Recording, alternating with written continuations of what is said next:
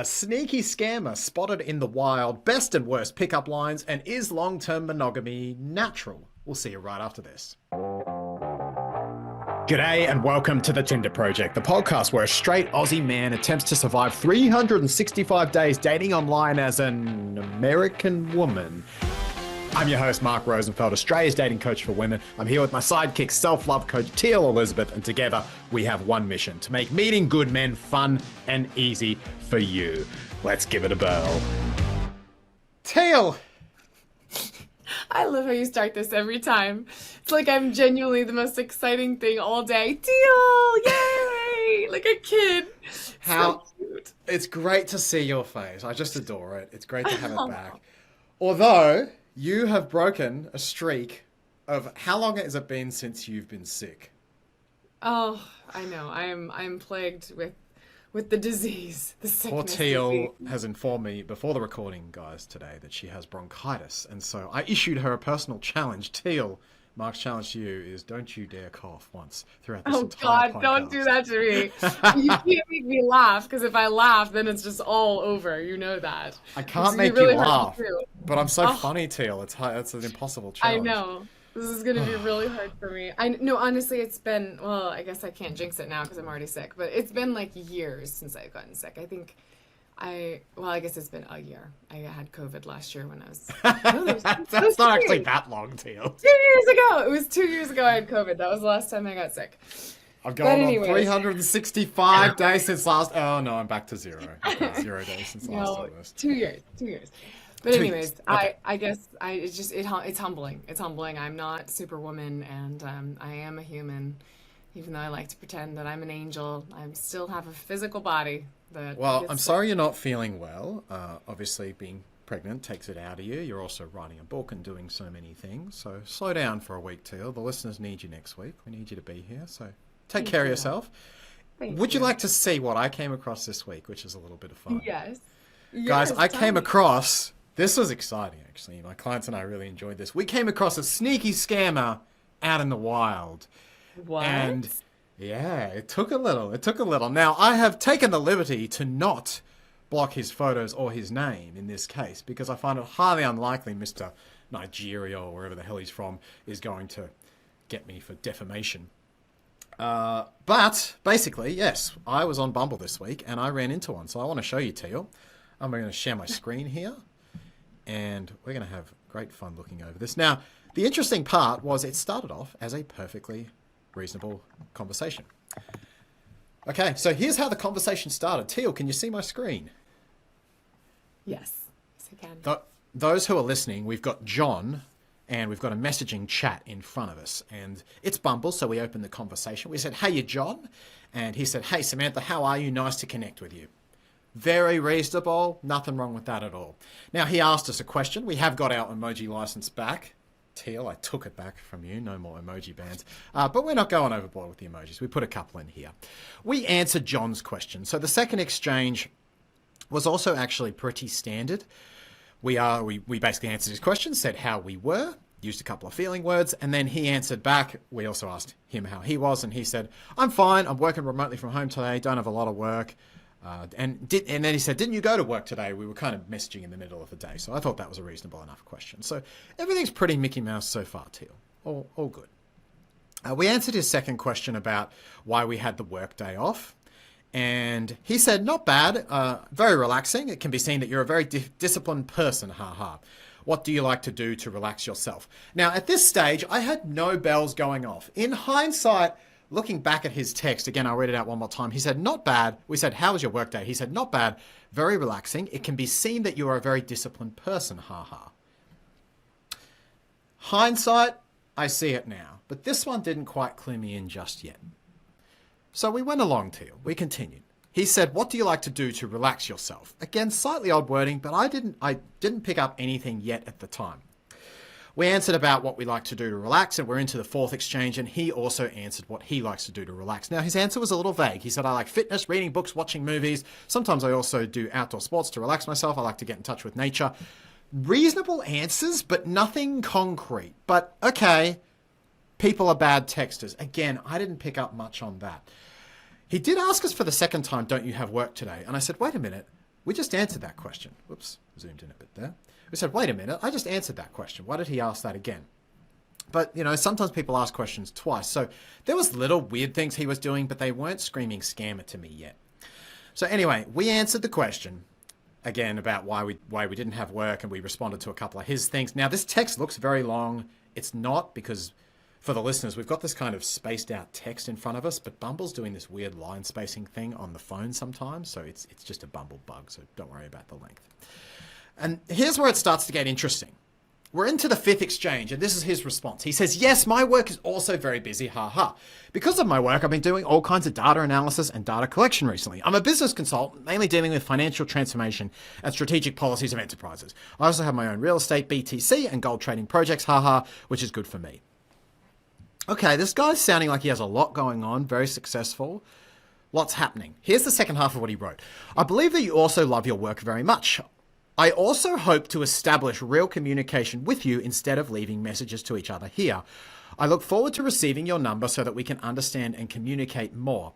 I also hope to find my future partner. I look forward to a long-term, stable, and serious relationship. I have a good impression of you. This is where I started to get suspicious. And you can see in the subtle signs here, because, Teal, we have to ask ourselves, do men with this much going on, financial consultancies, I don't even know what a real estate BTC is. It sounds like he's talking about Bitcoin, but maybe just don't know what that is. Do men with this much going on, financial transformation, strategic policies of enterprises, do they say things like, I look forward to a long-term serious and stable relationship? Men like that don't talk like that to women they've just met online. He says, I have a good impression of you. I was starting to get suspicious at this point, and I didn't give it away. So I kind of continued. We said, oh, wow, you have a ton of things going on. It sounds like we might be on similar pages. Here is my number. So we dropped the number there, and his follow-up response was the one that gave it away. I'm just going to switch to the other screen here. The follow-up, he said, do you have WhatsApp? Because my mother is German. My parents enjoy life there. And actually, the bottom of the text got cut off here. There was a little bug, but he basically tried to move us over to WhatsApp. Now, in Europe, that's very common behavior, but in America and Australia, you have to be suspicious when you see that. We said, hey, looking forward to speaking. I don't have WhatsApp, unfortunately, so we'll just have to use the regular phone. Are you free for a call today? My man, John, had unmatched by the next day. We caught him good, so I kind of went with it the whole time. But in hindsight, the biggest things, the WhatsApp comment and this big piece here, which is unfortunate because in some ways he's saying what you want to hear. But if you read between the lines, Teal, it kind of became quite obvious. I also hope to find my future partner. I look forward to a long-term, stable and serious relationship. And one last thing, I want to show you his photos because this is another reason I didn't suspect him at first, or at least I didn't get... My spidey senses didn't get tingled in the first couple of messages. His photos were normal-ish. They didn't make him seem like the most outstandingly attractive guy. He says, my most random skills, I have a clear analytical mind. He's for those that are listening, he's out there with kind of in the hills with a blue jacket on.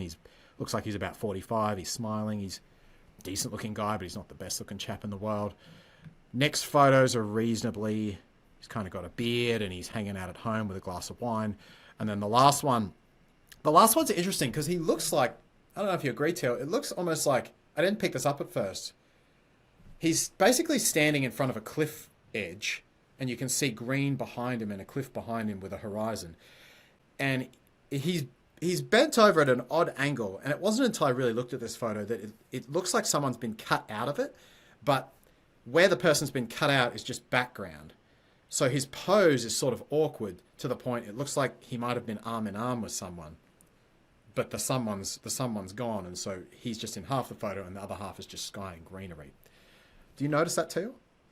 Wow, that's a really astute observation. I wouldn't have probably picked that up right away. I would have seen maybe he like cropped himself out and the woman's like on the other side, but you're thinking he like actually like digitally imposed himself onto a background? Is that what you're saying? I'm honestly not sure. I think it's more likely that the background was AI'd in and he was actually whoever this man is, which is probably not the man we're talking to, whoever he was actually at this location, and there was probably someone with him, likely a woman who's been AI'd out. But he could also have been AI'd into this photo as well. But yeah, I didn't pick it up first glance either. Yeah. Well, this whole conversation, I hope it's not scaring women, and I hope it's not adding more just doubt and insecurity into the online dating space, because that's what I know a lot of women are dealing with and facing, and it can be very uncomfortable to feel like, especially with this new day and age where AI is a thing and you can create digitally created images. It's like you don't know who to trust and what's right. And all of those interactions that you were reading through, you're right. There wasn't anything glaringly obvious that made it sound like this guy's a robot or this guy's a scammer. It just sounded like, yeah, it doesn't really sound great. It doesn't sound It like feel like it's flowing, and it sounds well, weird. I don't want. Yeah, it's a good point you make, Teal. Guys, I don't want you to be discouraged by this and go, okay, online's full of scammers, we shouldn't use it. After these couple of texts, it started to become really obvious. And I remember I said to my clients, I was like 10% suspicious after the third exchange. I was 90% after the fourth. So use your intuition. This guy, he's an attractive guy. I'll bring up the text just one more time. For those who might want to see it. This is an attractive guy with a lot going on. He's not giving specifics here, and he's talking like someone who doesn't truly speak the language very well. So I was suspicious, but I wasn't certain until I got the WhatsApp thing and he unmatched. But that's a quick way to tell. If you get these people to the phone call, it's just such an easy test. So Yes. rather than Yes. take away, oh, there's all these scammers there, I want you guys to take away the message that they're actually really easy to spot and filter out. I run into them, you will as well, but they're not common. This is the first really obvious one I can remember that I've run into. And it just became very blatant, especially in that big, oh shoot, whoops, put the wrong click there. Especially in that, he was being vague, but in that big text where he says all this stuff, and then I also hope to establish real communication with you instead of leaving messages. I look forward to exchanging your number so that we can understand and communicate more. Like that guy who does those things in business, they don't text like this. Put two and two together, guys. Use your intuition. I also hope to find my future partner. I look forward to a long-term, stable, and serious relationship. He's literally writing the cliche thing that, quote unquote, women want to hear. And of course, it's nice to hear that. But it's so cliche. Look at who he is, look at what he does, and then look at the cliche. Nothing here matches up. It's really obvious. So just make sure you listen to your intuition on this, because these people are easy to spot, and get them on the phone, talk to a real human, get out on a date. You'll blow their cover every time, and they'll go ask for Bitcoin from someone else. And that's so true. The phone call to me is the ultimate litmus test. If they're not willing to get on a phone call, they do not deserve to meet you in person, regardless if they're a scammer or not. We need to be able to filter out, because within 5 minutes, you're going to be able to know energetically by talking to them if there's a weird vibe or not. I think 90% You'll of the time. feel it. You'll feel it. And You'll feel it. especially if they're not in your area. This guy, I didn't quite read that part, but it wasn't, I'm in the military. It was, my mum's in Germany, blah, blah, blah. Let's go on WhatsApp. I was like, bam, I got you, brother. I know where you're at here. You guys can Yeah. spot this. You'll know from listening to this now. They're not that common. They can be a little more common if your profile isn't up to scratch. And it is true that certain profiles attract them a little bit more, but that's okay. You'll spot them. Use your intuition. Don't be silly about it. Don't get attached to anyone at all, ever, over text. Meet them in person. Get a vibe for them. Get a feel for them. Your intuition will guide you every time. Yeah, that does beg the question. What are some things that you think women should be looking for in their own profile to make sure that they're not potentially attracting scammers? You said if they're not up to date. What would that mean if they were more an up-to-date profile? It's not so much up to date. Yes, that can happen. It's actually quite subtle, Teal. I would probably need to look at the profile to say, just from going through it with you now, you're more likely to attract them if you're in the middle age group. 35 to 55 tends to attract them the most. I'd say even 40 to 60 can attract them the most. And unfortunately, if you don't look confident and open in your photos, if you look a little bit insecure, if you look a little bit withdrawn, and it can be subtle, it can be the difference between an open mouth smile and a clenched jaw. There's little signs you can pick up on in photos that our unconscious brains register that scammers know to look for. And you can sort of see someone's energy and confidence through a photo. Not entirely, but it would be interesting to actually do this with you. We should do this one episode where I just go through 10 women's profiles and just show you what I immediately pick up on as a man. as a coach, I have a little bit of extra insight, but we can pick up on things. For example, I saw a profile today and she didn't have an open mouth smile in a single photo. And I said, that's not good, girl. You're just going to attract guys that don't want to see you for your light. I was turned off by it because I could see how closed she was. Is she like that in real life? We can't know for sure, but my brain certainly thinks that she is. So I was turned off by it. And any man that goes, ooh, I like someone that's a bit held back, that's a bit insecure, that's a bit not going to challenge me, that's the type he's going to go for. So there is a lot that gets communicated under the surface. As I say, it's a little more common in the middle-aged, mature-ish age group. And if you're not, certain poses, jaw tension, if you kind of look lonely or insecure in your photos, you will get it a little bit more. Yeah, that's really, really good insight. Absolutely. So anyone watching or listening, just really take that lens to your own profile and ask yourself, are you portraying the most confident, open. strong version of you? Yeah. Or is there any potential insecurities that are coming through? And you can have a girlfriend go through and gut check for you and just give that second opinion. Actually, another one I would say, Teal, is all your photos are professional. It's usually a giveaway that you're not super secure, and that can attract more scammers. Ah, interesting. If it's too overdone. Yeah, if it's not candid enough. It usually, it's basically saying, I don't like being seen candid, I like to be seen a certain way, which subcommunicates insecurity. So that can Isn't attract that it as interesting? well. There is so much. A picture really does say 1,000 words. Yeah. Yeah. Shall we talk about pickup lines? Because I really want to hear about this. Yes, I've got a good one for sure. Actually, my first question is, if I was a guy and you were single, what would be the pickup line that would work on you? Ooh. Well, nobody's ever asked me that before. What would be the pickup line? Well, then that goes into what would be the best pickup lines that I've seen and heard. And to me, truly, I think they are the most authentic, genuine flattery, right?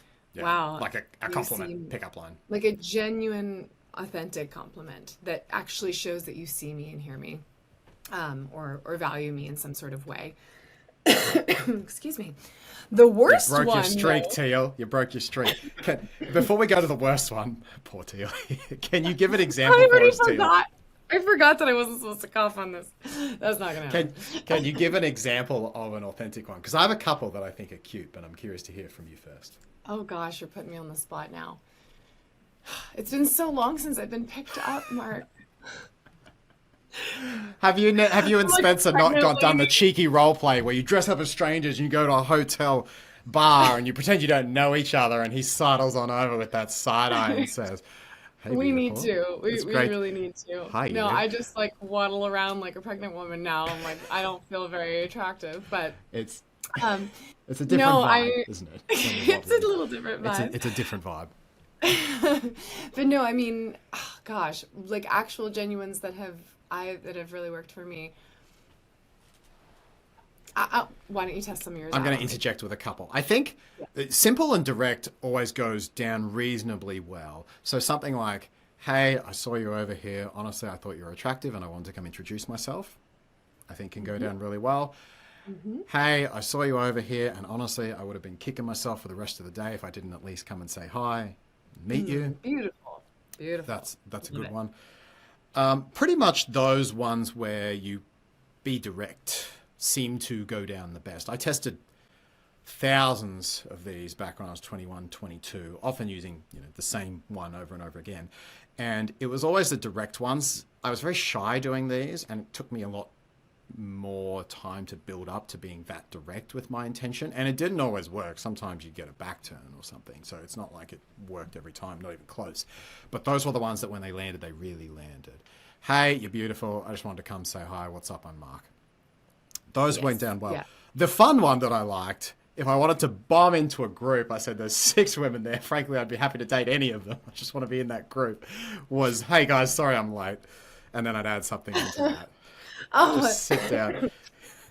I made Teal laugh. Oh, no. That's hilarious. I love that. Because that just shows such confidence in yourself and such a playful lightheartedness of like, hi, of course you love me. Here I am. Sorry I'm late, team. And anyone where you want to pick me up. It was I a think trial what- getting here, but we're here together now, and that's what's important, isn't it? It's great to see you all again. I That was a think it's fun one. interesting. As you've been putting me on the spot about this, I think the reason why I can't come up with the good ones is because I'm not in the driver's seat with this, right? I'm not the one that's thinking about pickup lines. I'm the one receiving the pickups. You're receiving the lines.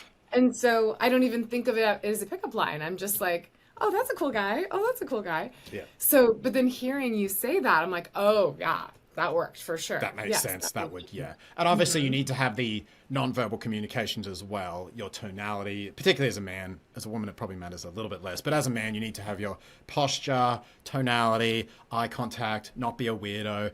And it is hard for guys. I remember practicing a lot to get that stuff right. And sometimes you'd still feel insecure. You could get it right often, and then you go out the next night and you feel insecure again. So it could be very hit or miss. There was always a thing that we did where we said the first 3 don't count. And that really helped us because you'd be so nervous for the first 3 that most of the time the women would pick up on how nervous you were. They would pick up on your energy. They'd be nervous too. And then the conversation would get awkward and weird. So the first 3 don't count helped us a lot. A couple of the bad ones. You want to hear some cringe ones that I used back in the day? Yes. That was embarrassing. It's just so embarrassing. So when I was really shy and had a bunch of lines and didn't have anything to say, I was too scared to be direct. So we used what we call opinion openers, which is where you kind of sidle into a group sideways and you pretend like you've been having a discussion with your friend and you lean over and say, hey guys, can I get your opinion on something? We're having a debate here. And then you ask a dumb question. So sometimes it would work, sometimes it wouldn't. Like, hey, ladies, we're having a debate here. Who lies more on average, men or women? Or, hey, ladies, curious, we're having a debate here. Would either of you, under the right circumstances, ever date a man who is in a wheelchair? It's just some sort of discussion that brings up a debate. And it was funny because if you could sort of sell the line, usually it would start a conversation. It wasn't sometimes it would just be a logical conversation, but it would start a conversation. But if you couldn't sell the line, it looks so bad and so cringe because they're like, oh my God, they literally made that up to try to talk to us. And we know it. And now it's really awkward. And yeah, I had some bad, we used to call them blowouts, where the women just they look at you and just go, and just turn their head, turn their back. Had some bad blowouts doing those. But it was all a confidence exercise. It was a resilience building exercise. And yeah, over time, I just really started to learn the direct ones, they are harder. But man, they just, and they get straight to the point as well. They set the frame that I'm interested in you. So they save time, which is a real benefit. The other one, my other personal favorite, if I was somehow already in a conversation with a woman, but I was interested in her and wanted to make it clear, the very simple question, I meet her friends or something, you get chatting to people, you dance, whatever, you're interacting with people when you're out. The very simple question, actually, you can use this during the day as well. I use it during the day very effectively in almost any environment. I would simply say, hey, I have a question. Are you single?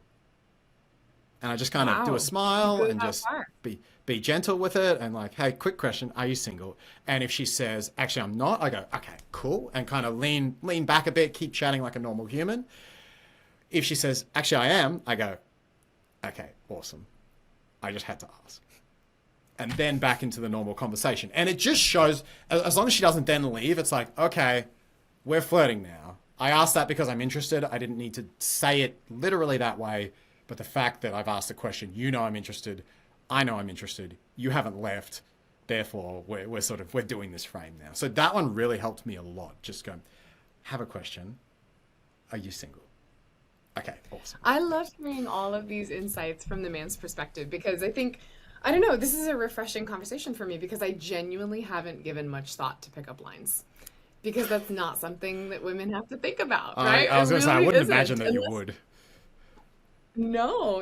And so when we were going to have this conversation, I was like, I've got a really cringy one I'll share that I saw from my girlfriend. I was like, oh my God, that is repulsive.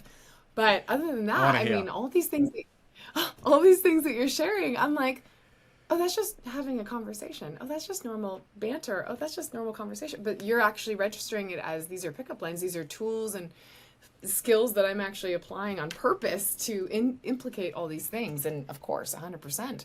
these are pickup lines, but they're not cheesy, sleazy things. They're genuine. And I would even say that getting your opinion on something isn't a cringy one at all. I think If that's it's a really real. smart, If it's real, it's a when you've smart walked way. around a bar or a club asking the same question of 10 different groups when you don't actually care about the answer, then it's a cringy pickup line. Okay, fair. Very fair. Yeah. Do you want to hear my cringy pickup line? Please! Quit Okay, I'm holding gonna out on botch me. it. It's been like 3 months since my friend shared me this one with me, but it was so cringy. I was just like, it's ingrained into my brain forever. She was having some little back and forth, like very short back and forth with this one guy, and it was clearly a very physical kind of relationship that was forming. And at one point, he just genuinely said, "Hey, I think you're so hot. I would love to come and sit on your face."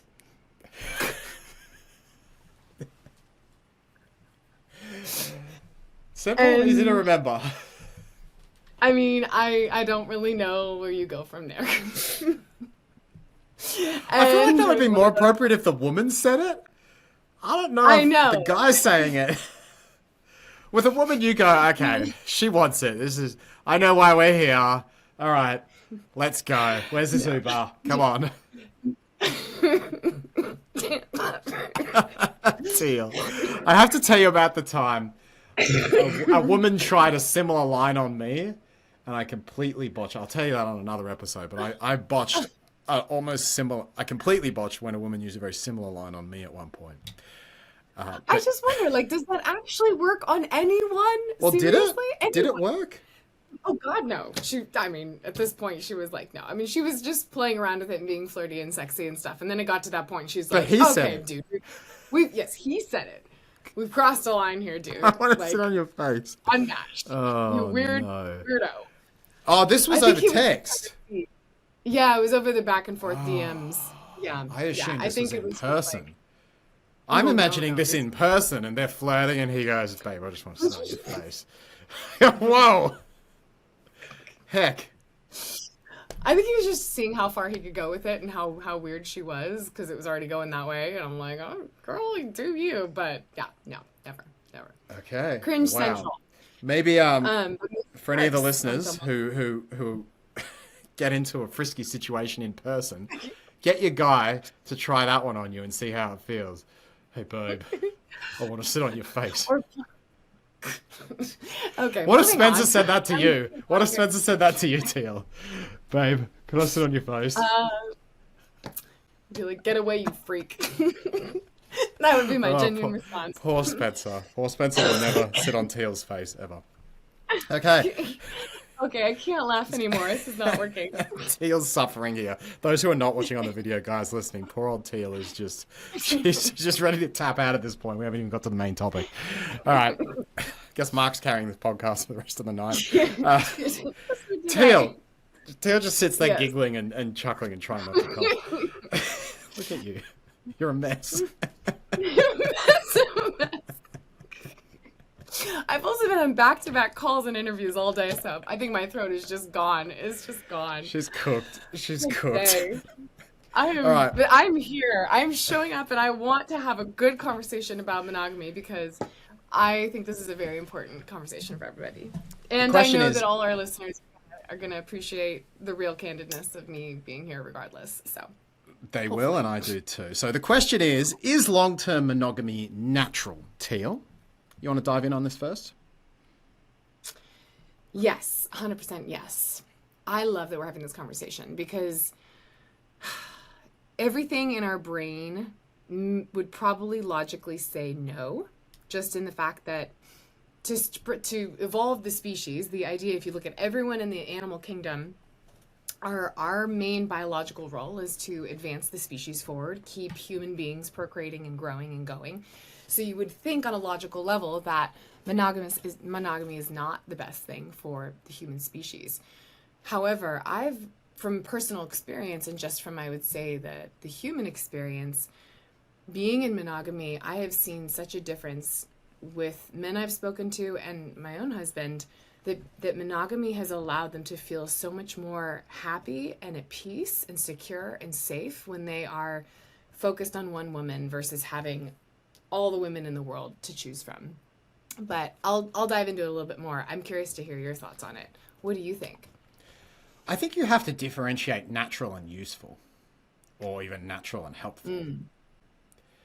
Because my definition of natural, I don't know if this is quite the same as yours. I mean, there's lots of things that we could say are natural. I guess you could use a weird metaphor to say that, well, an iPhone is natural because humans created it. Therefore, how can we do something that isn't natural? But that wouldn't be most people's definition. To me, the definition of natural is, has it sort of occurred within our brain species, within our brain evolution and our biology, without any of the modern day artificial pokes and injections? And for that reason, I would say long-term monogamy is helpful. It's very useful, but not necessarily natural. And the reason I say that is because I think if we were to define natural as in the most sort of base human instinct, what we would naturally do if you sort of put us in a tribe and let us do our thing, I think most likely what you would see, and this goes back to evolution, is babies got more and more premature as they had to fit through women's hips and they came out earlier and earlier. So it seems from an evolutionary perspective, humans developed pair bonding, particularly around dopamine and the quote-unquote honeymoon phase for between 1 to 2 years, for that phase where the baby is so incredibly vulnerable, as well as the mother, that the man gets extremely bonded to the woman and vice versa during that time. After that, humans, I think, naturally would mix again.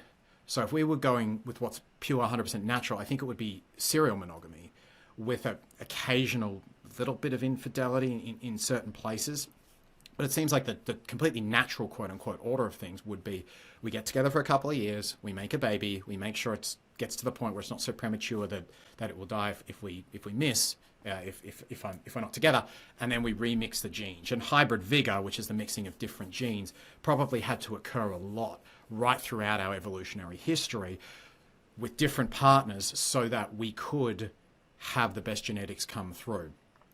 Around 8,000 years ago, humans started building towns, 4,000 BC, so 6,000 years ago we started building cities, And it was around that time we needed more structure, and there was problems, we've talked about this on a previous episode, there was problems with infidelity, there was problems with, paternity, men started not knowing whose was whose, and it seemed at that point, that was when marriage was first created, we talked about this, and the whole structures around marriage became more ingrained in our modern society. Now, I don't think we could survive as a society without long-term monogamy, because to raise a child, to have the resources, the stability required, and the pair bonding, the benefits that children seem to get from being in two-parent families, there's a lot more chaos and a lot more uncertainty because there's not this supportive tribal structure we used to have. So I wouldn't have said it was natural. I would say it's very useful, necessary, and can certainly, I agree that it grows us because committing to something away from others forces us to face parts of ourselves that grow us. Committing to something naturally gives us the challenge of ruling out the others, which I do think grows us. But would that instinct naturally come to us if we were back in our tribes? No, I don't think it would. And that's basically my take on it. I love it. I love that you bring in that evolutionary perspective on it, and it does kind of go in alignment with what I'm saying too. Whereas it's not necessarily a natural thing; it's a logical thing that would make sense that we wouldn't be in monogamous pairs. But in reality, it actually does work, and it probably does work better, not only for the children and the growing and futuring of the society, but I think just for the man itself, and taking it out of the evolutionary context and into just what does it mean to be in a partnership? I really do believe, and I would be curious to hear your thoughts because you are in a monogamous marriage as well. Yeah. At least I think you are. I am. That Sam has not yet requested me. She's not yet brought up the conversation about, Mark, I want an open marriage. And I'm not anticipating it anytime soon. So yes, that is me. Amazing. I from what I've heard and what I've seen in my own experience, I've heard that men actually feel more safe and secure and happy in long-term partnership. Yeah, I would agree with that. I think what I really like about long-term partnership is it forces you to grow as a man because you have a family to protect, you have a partner to protect, you have a sort of a partner to step up for. You know, I'm more avoidant leaning. So it would be a lie for me to say there hasn't been points on the journey where I get scared of commitment, probably more than the average person or the average man. And those fears, because I won't go too deep into my own trauma here, that would be an interesting topic for another episode, but my sort of core traumas and wounds have always lied around enmeshment, loss of self, and loss of expression. And without getting too deep into it, if you look at my history, a lot of the stuff that I've done, from stripping to going out and changing myself and learning dating, to becoming a dating relationship coach, to teaching that to people, a lot of it is around self-expression and getting away from some sort of predetermined zone. So my core wounds are not necessarily around being abandoned so much as they are around being trapped or emotionally inhibited. So there's definitely times, and this is why, in a way, commitment has given me more fears, but also more growth, because if I wasn't in commitment, I could kind of skate along and not really deal with a lot of that. I probably wouldn't even know that I had a lot of those fears. Even just being married brings up stuff that wasn't brought up when I was just girlfriend, boyfriend with Sam. So I think that's the real positive. It's not always an easy positive to deal with, and sometimes it freaking sucks working through the challenge of being in a committed relationship. But as in many areas of life, the things you work on become the things you value. So you work on your marriage, you work on your relationship, and that gives you skin in the game, which makes you want to protect it, which makes you love it, which makes you obviously love your partner and want to be here. And I've had to work through some fears for sure to be in a happy marriage and to be here in a healthy relationship.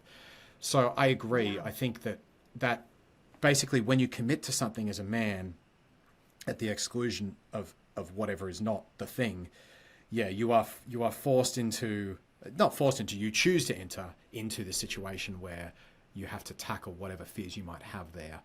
And that's been really good for me, like really, really growing, lots of stuff that I've learned about myself.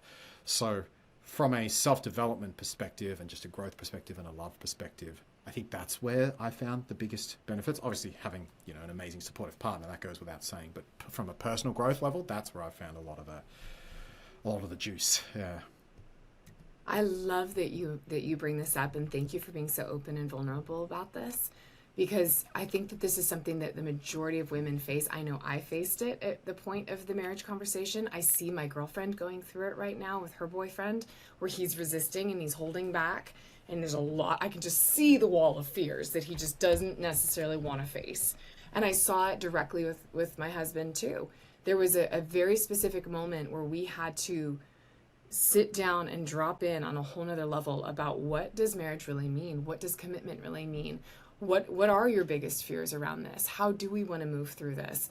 And support him on that journey of stepping into this next level for himself. And he had to make that decision. Am I really ready to step into slaying these fears and stepping to this next level? And I would say, and I know for a fact, because I've asked him, he's like, oh, I'm so glad I did. And I couldn't imagine it any other way now. And I'm so much happier than I ever would have been just being your ongoing boyfriend forever. But it does. It takes a lot of personal commitment to pushing through those fears. And I think that for women that are listening that maybe are in that place, this is, I think, where we get to be a beautiful role model and example to hold them and make a safe space for this, to let them transition into that beautifully. And I've been coaching some of my girlfriends around this, been coaching clients around it, something I had to learn and actually do and hold that space for my husband. And I'm curious, was Sam a part of this in helping you through that, or was this something you kind of did on your own? It was both. It was actually both, Teal. So there was stuff that Sam really helped me with. A simple example of my fear when I first moved over to America, I said, look, I always want enough money to have a plane ticket home. That was kind of one of my first things that I said, because it's a big move, moving to another country. There was stuff that came up for me that I had to work through with my own coach and own therapist as well. Stuff that she had nothing to do with her, just the situation of, okay, wow, I'm starting to perceive that I don't have the same or the ability to express myself that I used to, which was nothing she did. It was just my fear of, okay, there's a certain boundary now I quote unquote need to live in, but actually, as long as it's safe for her, or as long as she knows it, I don't necessarily, I can communicate with her and ask, hey, how do you feel about this or that, and kind of talk about that with her. But also, her saying, look, I'm going to honor your self-expression, however it comes.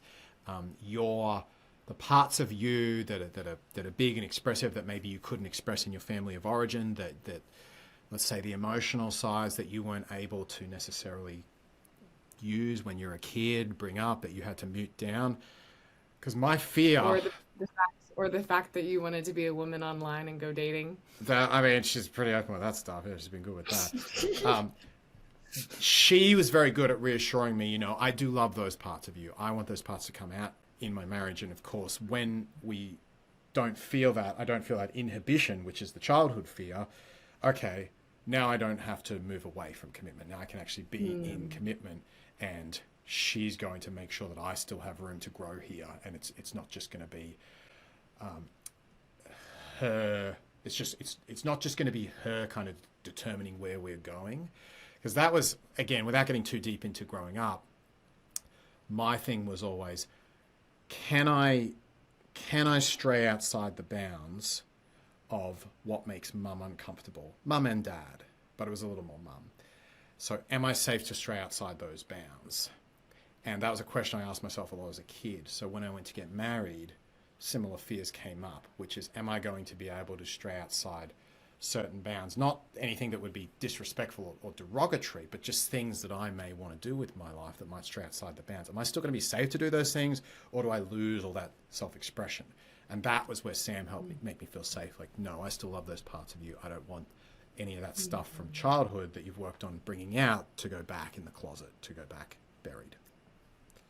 Beautiful. So beautiful. And this is that sweet spot, right? Where you have been able to move into that fear, whether it's her helping you through it or going and getting therapy help and coaching support, and then be able to come to her and communicate that, and she's able to validate that and make you feel safe. And as a woman, that's what we get to do. We get to make men feel safe, make them feel like their fears are heard and seen and acknowledged, and that we're going to help them through that and reassure them on that journey. And I think if a woman can do that, it just allows a man to relax into that next phase with ease.